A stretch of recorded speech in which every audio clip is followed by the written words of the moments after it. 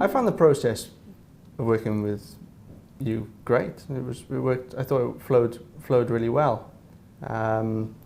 Generally, we'd sort of Andy was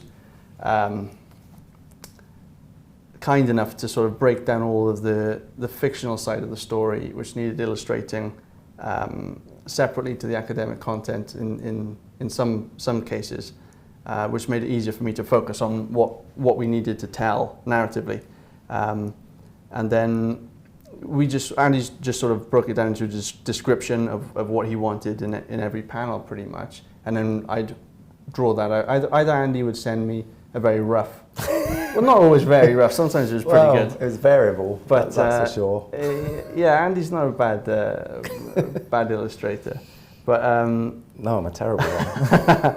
I'd get sort of very rough drawings, and then I'd work them up into still rough drawings, but send them back, and we'd sort of bounce it back and forth until we agreed on how we wanted it to flow, and then I'd go into the finished artwork. So what did you? Because what I sent you was really quite variable. So I guess maybe the two extremes.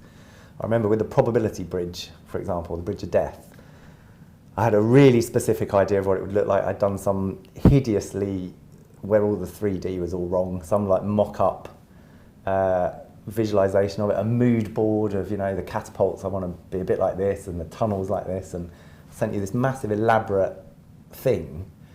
And then other times you'd get, at best a stick drawing and a little paragraph describing it. What did you find easier? Did you find it easier when I had a really specific idea, or did you like it when it was kind of a bit vague and you had a lot of freedom to be honest, mess around with it? I'm not sure if either way was better. Each way has its own advantages and disadvantages. Sometimes when you give me a very detailed description, then I'm a lot more restricted, but also I've got there's a lot more to be inspired by.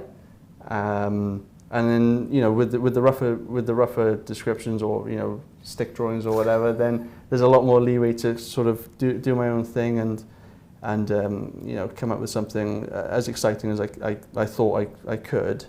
But the most rewarding way to work for me was when we just talked, like mostly via Skype, and then we'd have a meeting where we just bounce ideas back and forth. And I think that was the easiest way to sort of get fired up about how something should look and how we're going to tell the story.